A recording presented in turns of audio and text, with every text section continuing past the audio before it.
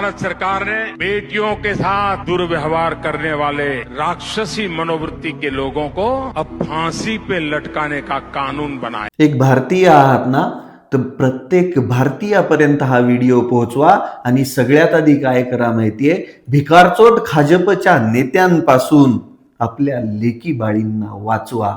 उन्नाव बलात्कार केस मधील माजी आमदार कुलदीप सेंगरला कोर्टाने जामीन दिला। त्या कोर्टामधील जे जज होते ते आरएसएस संबंधित होते। त्यानंतर एका रेपिस्टचं समर्थन करण्यासाठी दुसरा रेपिस्ट आला, तो काय म्हणतोय बघा। कुलदीप सेंगर जी को जमानत हुई है, उसका मैं स्वागत करता हूं। उनके साथ अन्याय हुआ था, उनके साथ षड्यंत्र हुआ था।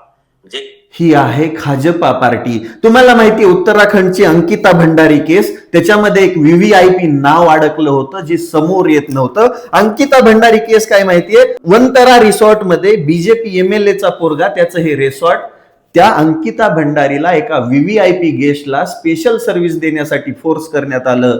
त्याच्यासाठी तिला 10,000 रुपये देतो म्हणून पण म्हटले।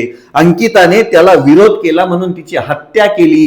त्या संपूर्ण केसमध्ये एक नाव लपलं होतं, ते नावच समोर येऊ देत नव्हते, पण ते नाव समोर आलंय। ते नाव आहे दुष्यंत गौतम, राष्ट्रीय महासचिव भारतीय जनता पार्टी।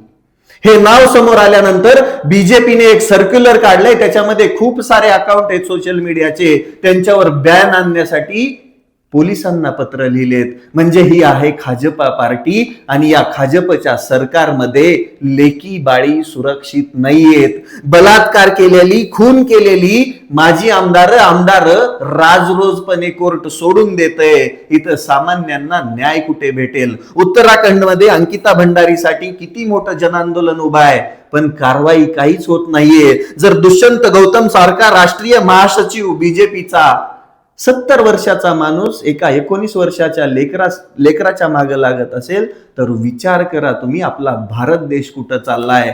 बोललं तर दिसतं ना, पण एक गोष्ट लक्षात घ्या भारतीयांनो, या भाजपापासून आपल्या लेकी बाळींना सगळ्यात आधी वाचवा आणि यांना मतदान करताना 1000 वेळा विचार करा, कारण की ही बलात्कारी पार्टी झाली आहे।